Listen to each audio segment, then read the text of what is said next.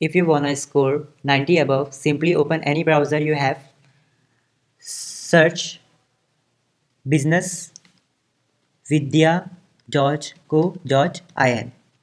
जैसे ही हमारी वेबसाइट खुल जाएगी, यहाँ ब्लॉग सेक्शन में जाकर आप अपनी क्लास सिलेक्ट कीजिए जिस भी क्लास में आप हैं। फिर यहाँ आप देखेंगे कि हमने सारे सब्जेक्ट्स के वीडियोस साथ ही साथ नोट्स भी यहाँ पे डाल के रखे हैं। प्रोडक्ट सेक्शन में जाकर आप हमारी कोई भी सब्जेक्ट की फ्री एनसीईआरटी बुक डाउनलोड कर सकते हैं। साथ ही साथ हमारी कोई भी प्रीमियम या प्रीमियम प्लस ई बुक आप यहाँ से ले सकते हैं।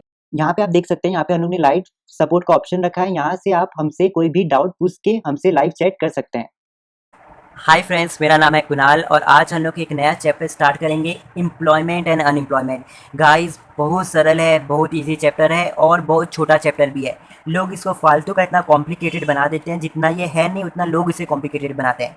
तो देखिए, आज की लेक्चर लेंदी है, लेकिन आज की लेक्चर में हम इस पूरे चैप्टर को कंप्लीट कर देंगे। तो एक बार मैं आपको क्विक बता दूं कि हम क्या क्या इसमें पढ़ने वाले हैं। सबसे पहले हम वर्कर पढ़ेंगे, वर्कर कौन होते हैं। फिर उसके बाद हम आप सभी के साथ डिस्कस करेंगे लेबर फोर्स क्या होता है। फिर हम आपके साथ ये भी डिस्कस करेंगे लेबर फोर्स पार्टिसिपेशन रेट क्या होता है। फिर हम आपको बताएंगे वर्क फोर्स क्या होता है, वर्कर पॉपुलेशन रेशियो क्या होता है। ठीक, इसके बाद हम आपको बताएंगे एम्प्लॉयमेंट क्या होता है, सेल्फ एम्प्लॉयमेंट क्या होता है, वेज एम्प्लॉयमेंट क्या होता है। वेज एम्प्लॉयमेंट में आपका रेगुलर वर्कर कौन होते हैं, कैजुअल वर्कर कौन होते हैं, डिस्ट्रीब्यूशन ऑफ एम्प्लॉयमेंट क्या होता है। ठीक, इसके साथ ही साथ हम आपको बताएंगे कि growth and changing structure of employment, ये आपकी सीबीएसई में हमेशा आता है, मोस्ट इंपॉर्टेंट टॉपिक है। ठीक, ये भी हम डिस्कस करेंगे कि जॉबलेस ग्रोथ अलाना फलाना क्या होता है, चेंजिंग स्ट्रक्चर ऑफ एम्प्लॉयमेंट क्या होता है। ठीक, कैजुअलाइजेशन ऑफ वर्कफोर्स क्या होता है, इंफॉर्मेशन ऑफ इंडियन वर्कफोर्स क्या होता है। फिर हम आपको बताएंगे कि अनएम्प्लॉयमेंट क्या होता है, सोर्सेज ऑफ अनएम्प्लॉयमेंट डाटा क्या होता है, अनएम्प्लॉयमेंट के टाइप्स क्या होता है। तो ये सारी जो चीज़ है गाइस, ये हम आप सभी के साथ डिस्कस करेंगे आज की लेक्चर में। इसलिए आज की लेक्चर थोड़ी लंबी है लेकिन पूरी कंप्लीट है। ठीक है, आज आपकी लेक्चर को, आज आपकी मतलब इस लेक्चर में आपको सब चीज़ मिलेगी, तो ध्यान से आखिरी तक सुनना। ठीक, आज हम पूरा आपको बताएंगे और पूरा आपको समझ में आ जाएगा आखिरी तक। तो देखिए, एम्प्लॉयमेंट एंड अनएम्प्लॉयमेंट। तो गाइस, सबसे पहला जो टॉपिक है हमारे पास, वर्कर। वर्कर कौन होते हैं, तो ये हम लोग पढ़ेंगे। तो देखिए, वर्कर मतलब individual who is involve in economic activity to earn living.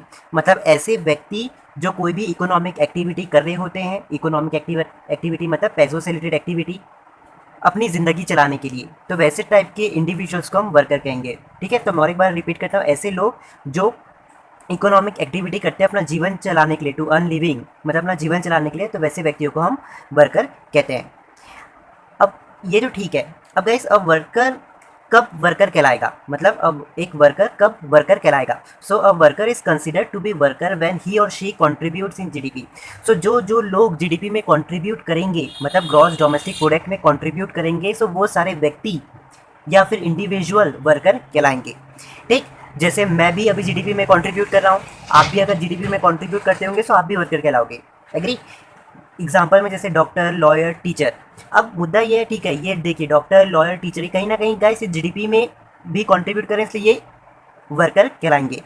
अब यहाँ पे मुद्दा ये कि सेल्फ एम्प्लॉयड मतलब ऐसे पीपल जो अपना खुद का बिजनेस डालते हैं, खुद का स्टार्टअप करते हैं।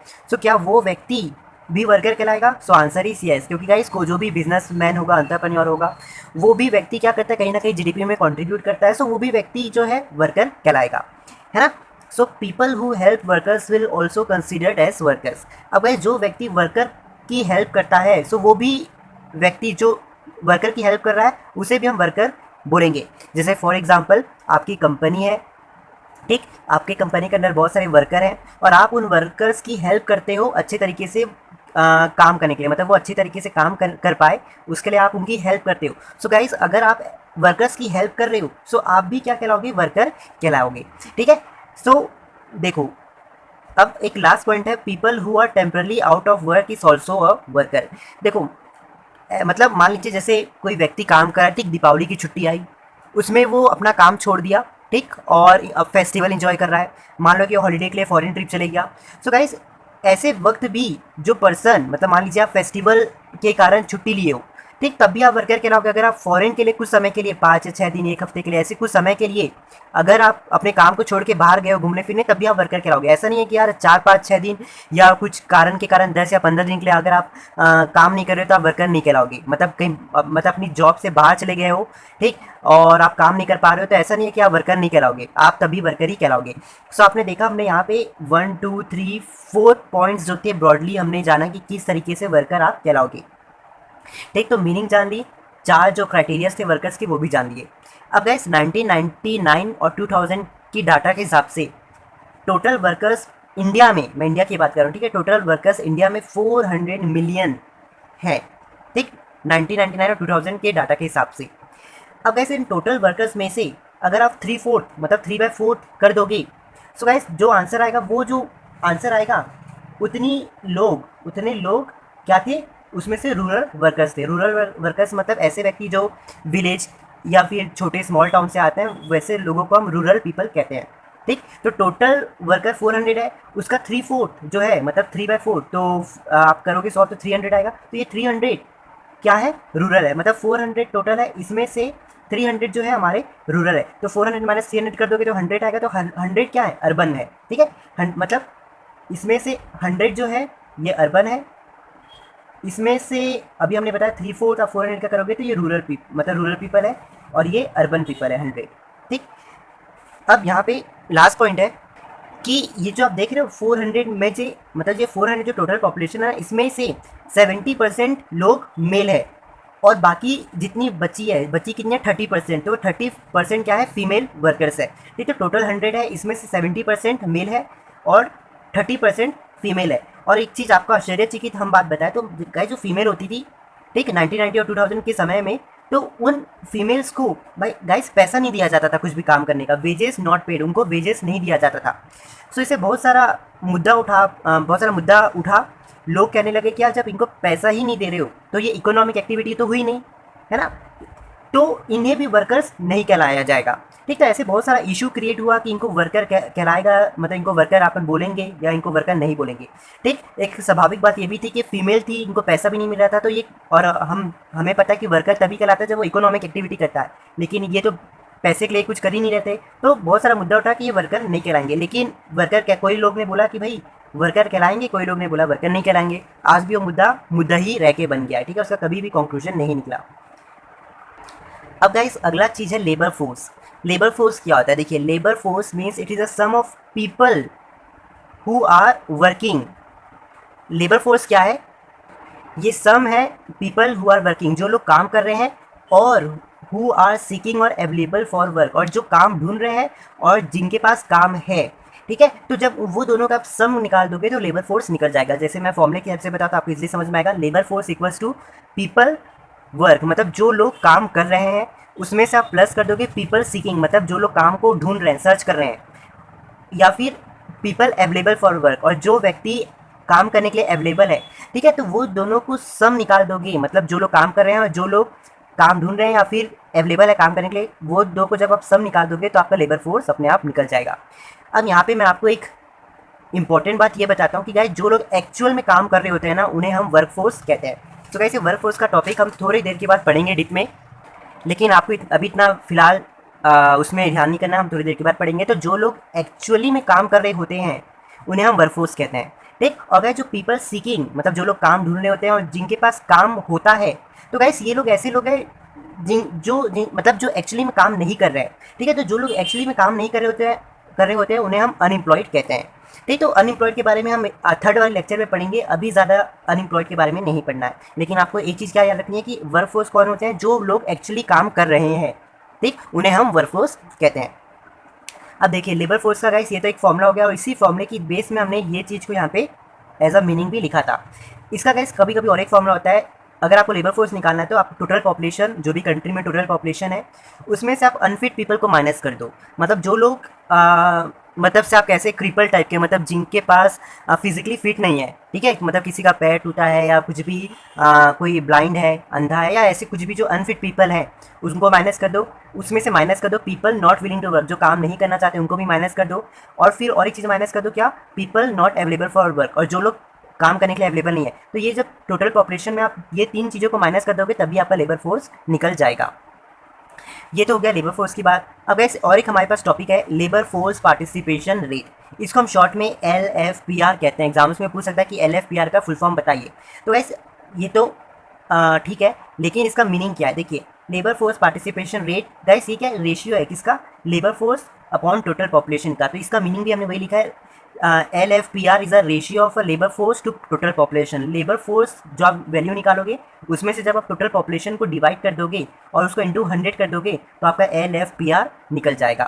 ठीक है। सो गाइस यहाँ पे और एक चीज़ मुझे इंपॉर्टेंट बतानी है कि लेबर फोर्स इंडिया की बात करें तो गाइस जो भी टोटल पॉपुलेशन है उसका 40% गाइस लेबर फोर्स है। समझ रहे हो? मतलब जो भी इंडिया में मान लो जो 100 पीपल है तो उस 100 पीपल में सिर्फ और सिर्फ 40% पीपल मतलब लेबर फोर्स में कहलाएंगे। ठीक है, ऐसा हमारा डाटा हमें कहता है। ठीक, तो गाइस जो आंसर निकलेगा, ठीक, तो उसका आंसर में जो भी 41% जो पीपल होंगे उस आंसर में वो रूरल पीपल के होंगे और 37 जो % पीपल है वो अर्बन यहाँ के होंगे। मतलब फॉर एग्जाम्पल के लिए बस मैं बता रहा हूँ।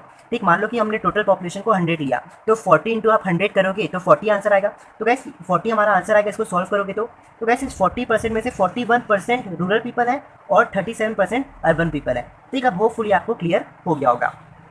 तो ये तो मैंने जस्ट फॉर एग्जाम्पल लिया था।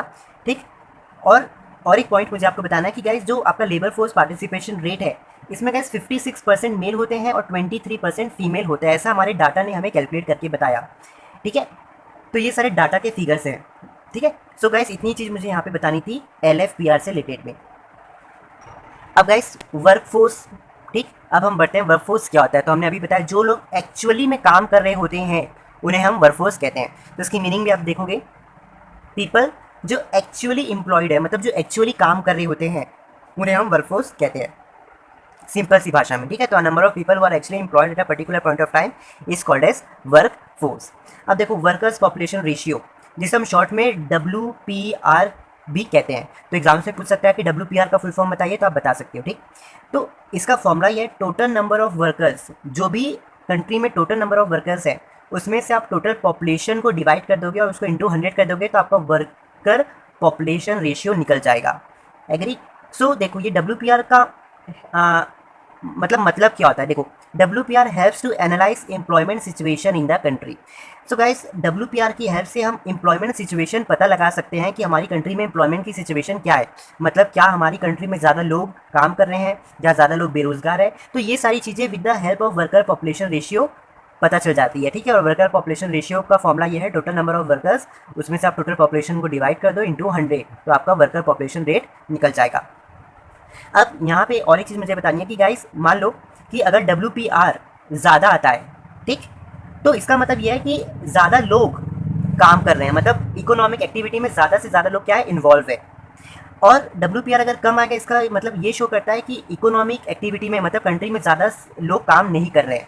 मान लीजिए कि 60% और 40%।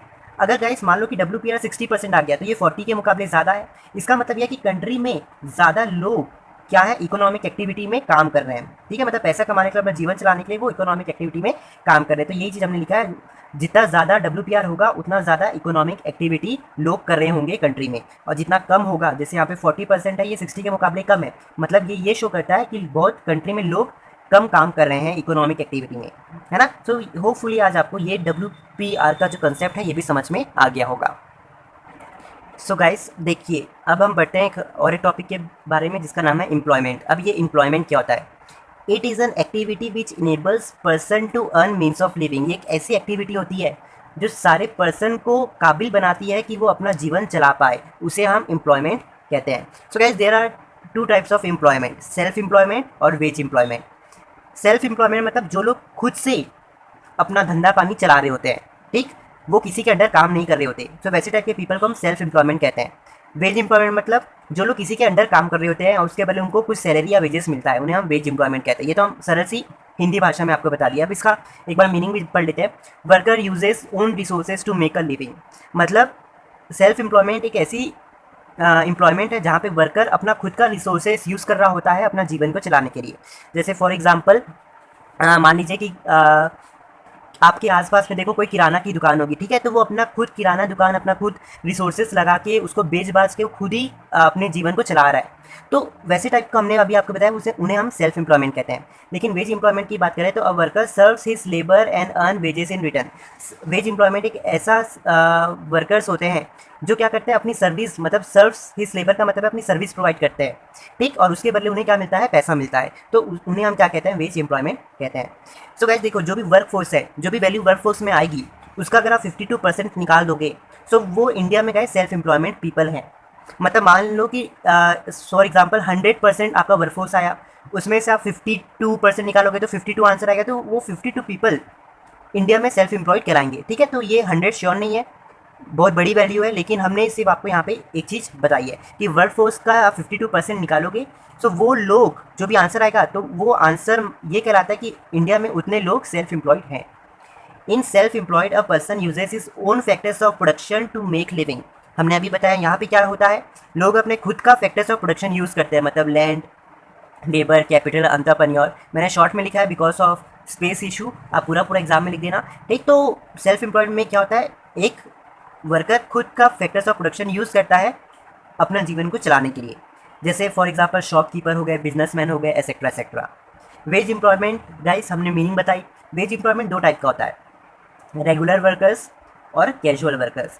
गाइस रेगुलर वर्कर मतलब ये ऐसे व्यक्ति होते हैं जो गाइस एक तरीके से इनका लाइफ थोड़ा सा सिक्योर टाइप का होता है। ठीक, इनको मतलब मंथली क्या मिलता रहता है, पेमेंट मिलता रहता है। जैसे आपके डैड अगर काम कर रहे होंगे कहीं पे, ठीक, किसी के कंपनी में या कहीं भी, तो उनको देखना मंथली मंथली क्या मिलता है, सैलरी मिलता है, तो वो एक रेगुलर वर्कर है। लेकिन कैजुअल वर्कर्स क्या होता है गाइस, जिनका कुछ पता वता नहीं रहता, इनका मतलब कुछ पता ही नहीं है कि कब पैसा मिलेगा कब नहीं। ये बस दिन रात घूमते फिरते रहते हैं, जहाँ काम मिले वहाँ काम कर लेते हैं, जहाँ पैसा कमाने का मौका मिले वहाँ पैसा कमा लेते हैं। तो वैसे टाइप के वर्कर्स को हम कैजुअल वर्कर्स कहते हैं। तो देखो, रेगुलर वर्कर्स यूजुअली एम्प्लॉयज़ हम कहते हैं, कैजुअल वर्कर्स को हम लेबर्स कहते हैं। तो देखो, वेजेस ऑन रेगुलर बेसिस, तो हमने अभी बताया रेगुलर वर्कर्स को क्या मिलता है, वेजेस रेगुलर बेसिस में मिलता है। यूजुअली ये 1 मंथ का रहता है।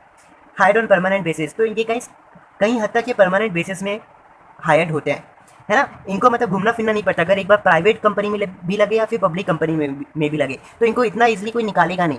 ठीक, और यहाँ पे अगर मैं आपको बताऊँ तो गाइस जो भी वर्कफोर्स की वैल्यू आएगी उसका अगर आप 18% निकालोगे तो जितना भी आंसर आएगा तो वो लोग क्या कहलाते हैं, इंडिया में रेगुलर वर्कर्स कहलाते हैं। ठीक, मतलब मान लो कि 100 लोग, मतलब 100 लोग हैं इंडिया में पॉपुलेशन, 100 लोगों की पॉपुलेशन, उसका आप 18% निकालोगे तो 18 आएगा। तो 18 जो लोग हैं वो क्या कहलाएंगे, रेगुलर वर्कर्स कहलाएंगे। ठीक, और गाइस इनको सोशल सिक्योरिटी बेनिफिट्स भी बहुत मिलता है। ठीक है, अब कैजुअल वर्कर्स की बात करें तो ये वेजेस ऑन कैजुअली बेसिस, मतलब इनका मैंने अभी बताया इनका कुछ फिक्स नहीं रहता कि कब पैसा मिलेगा कब नहीं। Not hire on permanent basis, ये कभी भी परमानेंट बेसिस में हायर नहीं होते। सो गाइस ये वर्कफोर्स का 30% क्या होता है, इंडिया में कैजुअल वर्कर्स है। मतलब जो भी वर्कफोर्स की वैल्यू होगी उसका आप 30% निकालोगे तो जो भी आंसर आएगा, जितना भी नंबर का आंसर आएगा, तो उसका मतलब यह है कि उतने लोग इंडिया में कैजुअल वर्कर्स हैं। और गाइस इनको सोशल सिक्योरिटी बेनिफिट्स नहीं मिलता। ठीक है, तो होपफुली एम्प्लॉयमेंट का मतलब आप सभी ने समझ लिया होगा। अब गाइस हम बात करते हैं डिस्ट्रीब्यूशन ऑफ एम्प्लॉयमेंट की। तो गाइस हम 3 तरीके से एम्प्लॉयमेंट को डिस्ट्रीब्यूट करते हैं, जेंडर के हिसाब से, रीजन के हिसाब से और आपका सेक्टर के हिसाब से। ठीक, तो तीनों के बारे में हम डिस्कस करते हैं। सो गाइस अगर आप जेंडर के हिसाब से देखोगे तो यहाँ पे हमने वर्कफोर्स लिया, यहाँ पे मैन लिया, यहाँ पे वुमेन लिया। तो गाइस सेल्फ एम्प्लॉयड मतलब वर्कफोर्स में जो सेल्फ एम्प्लॉयड है उस वहाँ पे 51% मैन है, 56% वुमेन है, क्योंकि देखो जेंडर की बात हो रही है, चाहे मैन होगा या फिर वुमेन होगा। तो सेल्फ एम्प्लॉयड में मैन कितना है, 51%, वुमेन 56 है। कैजुअल वर्कर्स में 29% मेल, वुमेन 31%। रेगुलर वर्कर्स में जो वर्कफोर्स में उसमें मैन 20% है, वुमेन 13% है। तो ये जो डाटा ये 2000 और आप कह सकते हो 1999, सॉरी मतलब एक मिनट, हाँ ये 2011 के डाटा के हिसाब से गाइस। तो ये एग्जाम में बस एक बार लिख देना कि अकॉर्डिंग टू 2011 डाटा, ये आप यूनिट्स फिर लिख देना। ठीक है, सो गाइस अब यहाँ पे क्या होता है, बहुत अजीब मतलब क्वेश्चंस अलग अलग तरीके से पूछ सकते हैं। तो आपको क्या करना है, सिंपली इस फिगर को एकदम अच्छे से देखना है। इसे गाइस 10 प्रकार के क्वेश्चन बन सकते हैं। जैसे आपको पूछ देगा कि भाई बताओ कि कौन से, पहले तो एक डायरेक्ट क्वेश्चन पूछ सकता है कि भाई डिस्ट्रीब्यूशन ऑफ एम्प्लॉयमेंट बताइए, तो आपको 3 इसमें बताना है। या फिर आपसे ऐसे पूछ सकता है कि भाई बताओ सेल्फ एम्प्लॉयमेंट में कितने लोग, कितने परसेंटेज ऑफ लोग मैन थे, कितने वुमेन थे, सबसे ज़्यादा वर्कफोर्स वुमेन की किधर थी, तो आपको भाई बताना कि भाई 56% वुमेन की सेल्फ एम्प्लॉयमेंट में थी। आपको क्वेश्चन ऐसे भी पूछ सकता है कि भाई बताओ कि इस वर्कफोर्स में सबसे ज़्यादा वुमेन कम कहाँ पे थी, तो आप बता सकते हैं कि भाई 13% सबसे कम है, तो ये रेगुलर वर्कर्स में वुमेन सबसे कम थी। ऐसी आपका मैन का भी पूछ सकता है। किस भी प्रकार से गाइस आप इस चीज़ को अच्छे से डाटा को देख लो, आपको अच्छे से सारी चीज़ें समझ में आ जाएगी। या फिर आपको ऐसे भी पूछ सकता है कि भाई बताओ कि मैन वर्कफोर्स में सबसे कम कहाँ पे थे, तो आपको बताना है देखो 20% सबसे कम है, तो ये भी रेगुलर वर्कर्स में थे। तो ऐसा बहुत सारे क्वेश्चन बना के आपसे पूछ सकता है, लेकिन ये डाटा अगर कर लोगे तो आप अपने से ही एनालाइज कर पाओगे हर वो चीज़ और क्वेश्चन का इसलिए आंसर दे पाओगे। अब वैसे बाय रीजन की अगर हम बात करें तो गाइस यहाँ पे वर्क फोर्स फिर से हमने लिखा सेल्फ एम्प्लॉयड, कैजुअल और रेगुलर। ये हमने बताया कि रूरल में इतने इतने लोग हैं, अर्बन में इतने इतने लोग हैं। तो इसमें भी आपको कुछ भी पूछ सकता है कि भाई बताओ कि कैजुअल वर्कर्स रूरल एरियाज में कितना कंट्रीब्यूट करते थे। तो 35% जो वर्कफोर्स थे कैजुअल वर्कर्स वो रूरल के थे और 15% अर्बन के थे। ठीक, और ऐसा भी कैसे भी पूछ सकता है, मान लो कि पूछा कि भाई बताओ कि अर्बन एरिया में रेगुलर वर्कर्स कितने थे, तो आपको बताना अर्बन एरिया में रेगुलर वर्कर्स 42% है। ऐसे कुछ भी क्वेश्चन पूछ सकता है, तो इस चीज़ को भी अच्छे से आप देख लेना, आप इसलिए कर पाओगे। अब बाय सेक्टर, सो गाइस आप बखूबी जानते हैं, बचपन से पढ़ते आए हैं, सेक्टर्स हमारे पास 3 ही टाइप के होते हैं, primary sector, secondary sector and tertiary sector. Primary sector के अंदर आपका एग्रीकल्चर, एनिमल हस्बेंड्री, अलाना फलाना और भी बहुत सारे आते हैं, पोल्ट्री फार्मिंग, पीसी कल्चर, ये सारे बहुत सारे आते हैं, मैंने सिर्फ 2 ही लिखा है। सेकेंडरी सेक्टर में बेसिकली आपकी मैन्युफैक्चरिंग यूनिट्स आती है, माइनिंग इंडस्ट्रीज आती है।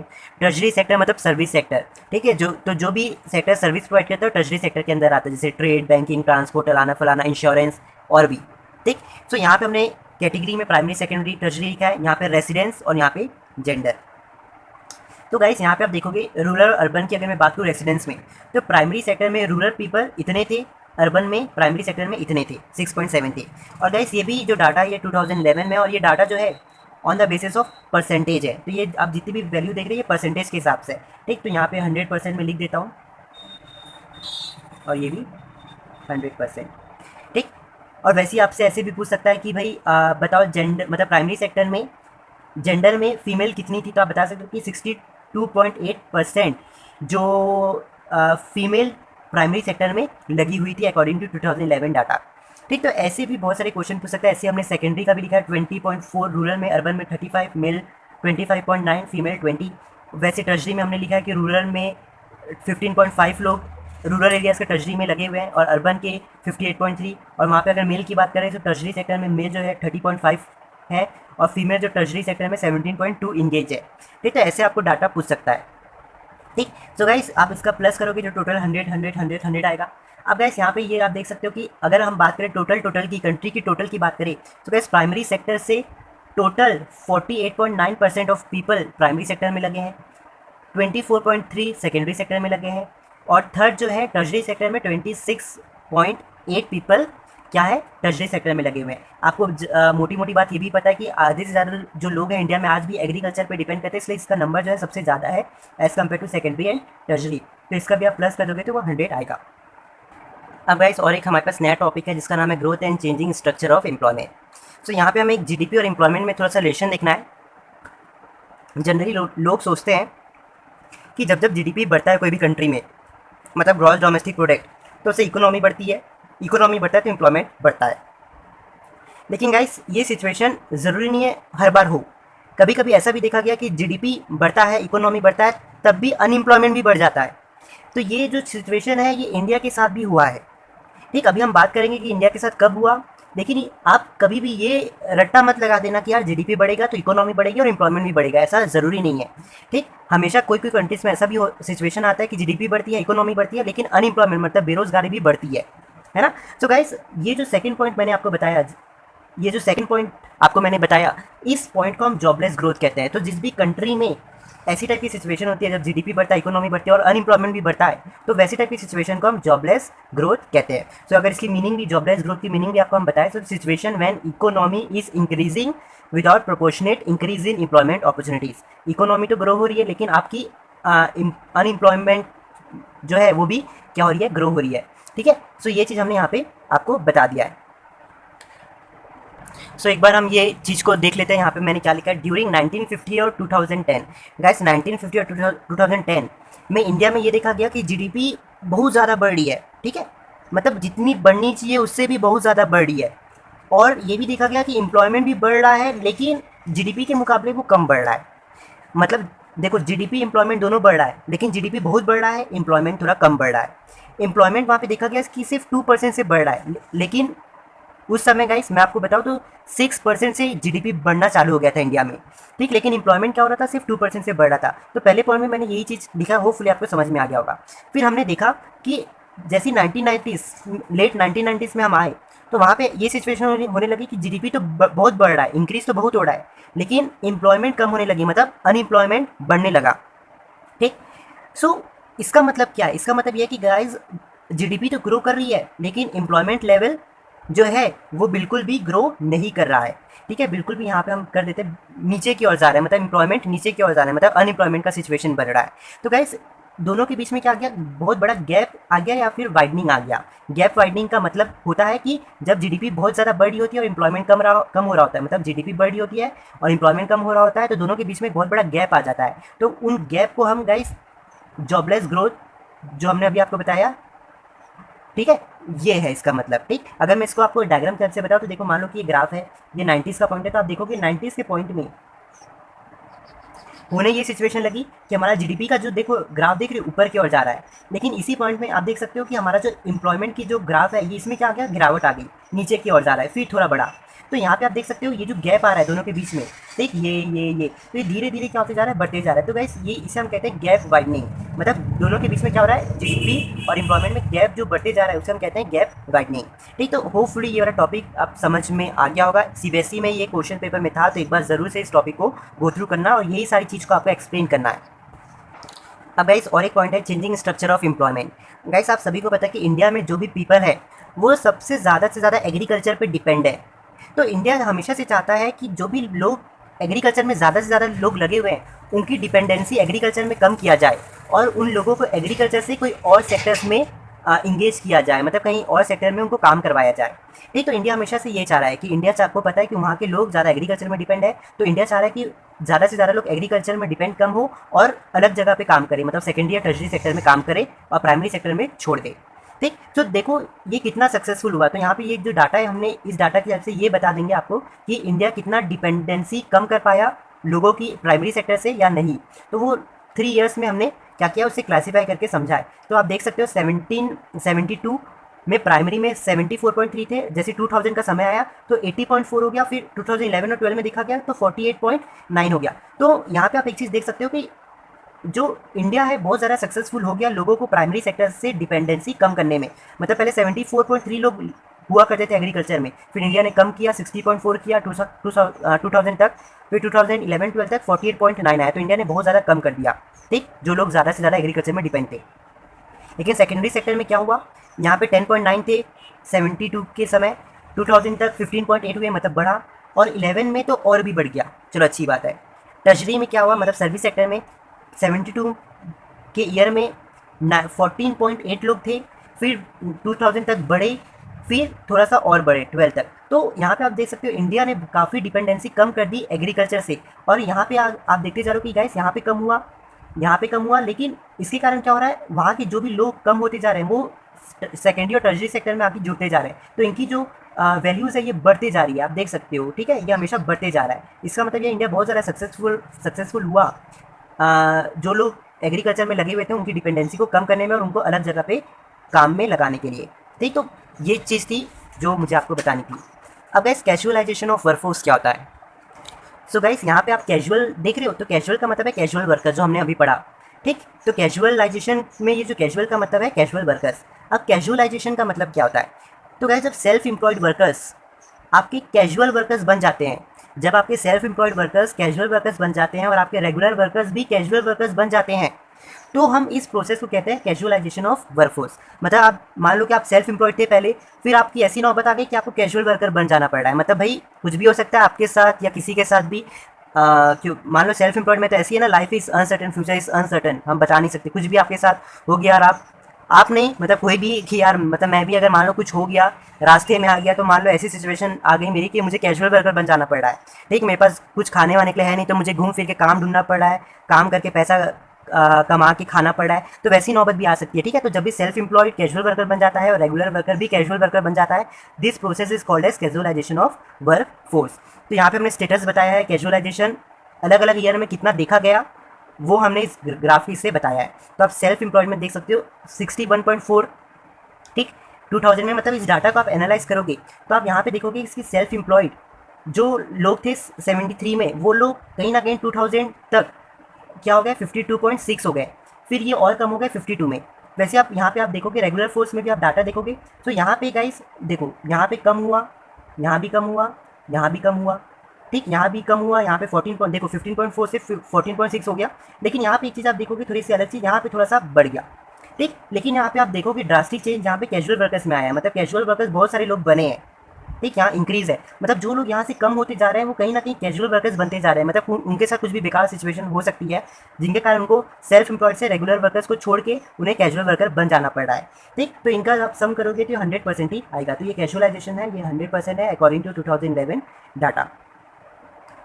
ठीक, तो ये इससे कैसे भी करके क्वेश्चन आ सकता है, बस ये एक बार आप इसे अच्छे से देख लो। और गैस मैं आपको बता रहा हूँ कि कहीं कुछ भी करने की ज़रूरत नहीं पड़ेगी। हाँ, लेकिन एग्जाम्स में आपको ये सिर्फ डाटा, अगर क्वेश्चंस आ गए ना, आपको ये डाटा ही बना के नहीं छोड़ना है, इस डाटा को तो बनाना है, साथ ही साथ इस डाटा को थोड़ा बहुत एक्सप्लेन करना है, हर चीज़ को एक्सप्लेन कर देना कि भाई 1972 में सेल्फ एम्प्लॉयमेंट में 61.4 थे, फिर देखा गया 2000 में वो थोड़ा सा कम हो गए, फिर 2011 और 12 में फिर वो और कम हो गए। तो ऐसे थोड़ा थोड़ा आपको एक्सप्लेन करना है और आंसर आपको पूरा लिख देना है। ठीक है, जितना मार्क्स का आंसर होगा उसके हिसाब से इसको एक्सप्लेन कर देना, सिंपल। अब गैस नेक्स्ट हमारे पास टॉपिक है इनफॉर्मलाइजेशन ऑफ इंडियन वर्कफोर्स। इस टॉपिक को समझने के लिए आपको पहले हमेशा समझना पड़ेगा फॉर्मल और इनफॉर्मल सेक्टर क्या होता है। तो देखो, फॉर्मल सेक्टर को हम ऑर्गेनाइज सेक्टर भी कहते हैं, इनफॉर्मल सेक्टर को हम अनऑर्गेनाइज सेक्टर भी कहते हैं। सो अगर मैं इकोनॉमिक्स की टर्म्स में बताऊँ कि फॉर्मल सेक्टर और इनफॉर्मल सेक्टर क्या होता है, तो इससे ध्यान से सुनो। देखो, जब भी प्राइवेट और पब्लिक इंटरप्राइजेज जो भी वर्कर्स को हायर करती है, तो अगर वो 10 या 10 से ज़्यादा होते हैं तब जाके वो कंपनी या इंटरप्राइजेज आपकी फॉर्मल सेक्टर में कहलाएगी। मान लो आपने कंपनी चालू की और आपकी कंपनी में 10 या 10 से ज़्यादा लोग हैं, ठीक है, तो आपकी कंपनी फॉर्मल सेक्टर कहलाएगी। लेकिन इनफॉर्मल सेक्टर क्या होता है, मतलब जहाँ पे प्राइवेट या पब्लिक इंटरप्राइजेस में जो भी वर्कर्स होते हैं अगर वो लेस देन 10 है, ठीक है, तो वो इंटरप्राइजेस इनफॉर्मल सेक्टर कहलाएगी। मतलब मान लो आपकी कंपनी है और आपकी कंपनी में 10 से कम लोग काम कर रहे हैं, तो क्योंकि 10 से कम लोग काम कर रहे हैं तो आपकी कंपनी क्या कहलाएगी, इनफॉर्मल सेक्टर कहलाएगी। ठीक है, तो ये होपफुली फॉर्मल इनफॉर्मल समझ गए होंगे। तो इनफॉर्मलाइजेशन ऑफ इंडियन वर्कफोर्स का मतलब क्या है, जब गाइस आपकी इनफॉर्मल सेक्टर में इंक्रीज होता है उसे हम इनफॉर्मलाइजेशन ऑफ इंडियन वर्कफोर्स कहते हैं। Situation where proportion of workforce increases in informal sector, जब वर्कफोर्स आपका इंक्रीज होता है इनफॉर्मल सेक्टर में तब हम उसे कहते हैं इनफॉर्मलाइजेशन ऑफ इंडियन वर्कफोर्स। अब यहाँ पे आपको एक चीज़ ये बता दूँ कि गाइस जब भी कोई भी फॉर्मल सेक्टर के जो भी वर्कर्स होते हैं उनको गाइस हमेशा सिक्योरिटी बेनिफिट्स मिला जाता है, मतलब सोशल सिक्योरिटी बेनिफिट्स मिलता है, जैसे पेंशन हो गया, अलाना फलाना, ये सारी चीज़ें जो होती है इनको मिलती है। लेकिन इनफॉर्मल सेक्टर में इनको वर्कर्स को जनरली सोशल सिक्योरिटी नहीं मिलता। ठीक है, और यहाँ पे आपको एक चीज़ और बता दें कि फॉर्मल सेक्टर में गाइस जो भी वर्कफोर्स का 6% लोग हैं जो कि काफ़ी कम है वो फॉर्मल सेक्टर में है। जैसे आपका बहुत देखो कम ही कंपनियाँ, आधे से ज़्यादा लोग जो है इनफॉर्मल में। आप देखते हो आजकल बहुत कम कम लोग ढाबा खोल रहे हैं, किसी की छोटी सी किराना दुकान है, किसी की छोटी सी कपड़े की दुकान है, तो वहाँ पे जनरली लोग क्या है 10 से कम होते हैं। तो इसलिए यहाँ पे देखा कि इंडिया में इनफॉर्मल सेक्टर जो है बहुत ज़्यादा है। तो आप देख सकते हैं 90% एम्प्लॉयमेंट जो है इनफॉर्मल सेक्टर की, जो कि काफ़ी ज़्यादा है as compare to formal sector. ठीक, और फॉर्मल सेक्टर में सिर्फ 6% है यार वर्कफोर्स का, जिसमें आपका बड़ी बड़ी कंपनी जैसे आ गई टाटा, आइडिया, रिलायंस, ये सारी कंपनी जो है इंडिया में इनके पास ही 10 से ज़्यादा लोग हैं। ठीक है, काफ़ी ज़्यादा लोग हैं। सो ये इनकी कंपनीज को हम फॉर्मल सेक्टर कहेंगे। ठीक है, सो होपफुली आप ये टॉपिक समझ गए होंगे। सो एक बार हमने यहाँ पे डाटा भी डिस्कस किया, category formal sector, informal sector, workers कैक्स यहाँ पे मिलियंस में है। ठीक है, अकॉर्डिंग टू 2011 डाटा, परसेंटेज में हमने इसे निकाला है। ठीक है, तो यह मिलियंस, मतलब सॉरी परसेंटेज में नहीं है, ये मिलियंस में है। ठीक है, परसेंटेज में भूल के मत करना, सॉरी बाय मिस्टेक मुझसे हो गया, मिलियंस में है। तो यहाँ पे गाइस मेल और फीमेल की अगर बात करें तो फॉर्मल सेक्टर में मेल 24 है, फीमेल 6 है। ठीक, यहाँ पे सिर्फ 24 मिलियन है ना, ध्यान रखिएगा, और यहाँ पे 6 फीमेल मिलियन है। ठीक, और ये टोटल कर दोगे तो 30, मतलब 30 फॉर्मल सेक्टर में है, मतलब 30 मिलियन मेल और फीमेल मिला के फॉर्मल सेक्टर में है। और यहाँ पे इनफॉर्मल की बात करें तो वहाँ पे 306 मतलब 306 मिलियन मेल है इनफॉर्मल में, और फीमेल की बात करें तो वहाँ पे 137 फीमेल मिलियन, मतलब फीमेल मतलब 137 मिलियन फीमेल इनफॉर्मल में काम करती है। ठीक है, तो दोनों का आप सम कर दोगे तो 443 आएगा। एग्री? सो चलो अब हम अनएम्प्लॉयमेंट के बारे में पढ़ते हैं। देखो, अनएम्प्लॉयमेंट मतलब एक ऐसी सिचुएशन जहाँ पे लोगों के पास नौकरी नहीं है। अगर हम इसे इकोनॉमिक्स के टर्म्स में देखें तो फटाफट डिस्कस करते हैं। Situation occurs when those who are willing to work at going wage rate do not get job. मतलब अनएम्प्लॉयमेंट एक ऐसी सिचुएशन है जहाँ पे लोगों का मन तो है काम करने का, और वो चाहते भी हैं कि जिस रेट में भी काम मिले उसमें वो काम कर लेंगे, लेकिन उनको काम ही नहीं मिलता। ठीक है, वैसी सिचुएशन को हम अनएम्प्लॉयमेंट कहते हैं। तो unemployment is a situation occur when those who are willing to work at a going wage rate do not get job. मतलब जो चाहता तो है कि मुझे काम करना है, लेकिन काम करने के लिए उसको काम तो मिले, और उसको काम ही नहीं मिलता, ठीक है। सो इसे हम अनएम्प्लॉयमेंट कहते हैं।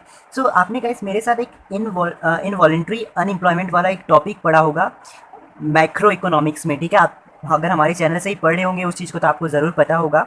वहाँ पे हमने एक आउटपुट वाला एक चैप्टर था, आउटपुट इक्विलिब्रियम वाला, इनकम आउटपुट वाला, तो उसमें हमने आपको इसके बारे में बताया था, ठीक। तो अगर याद होगा तो अच्छी बात है। तो दोनों का मतलब ही ऑलमोस्ट सेम है।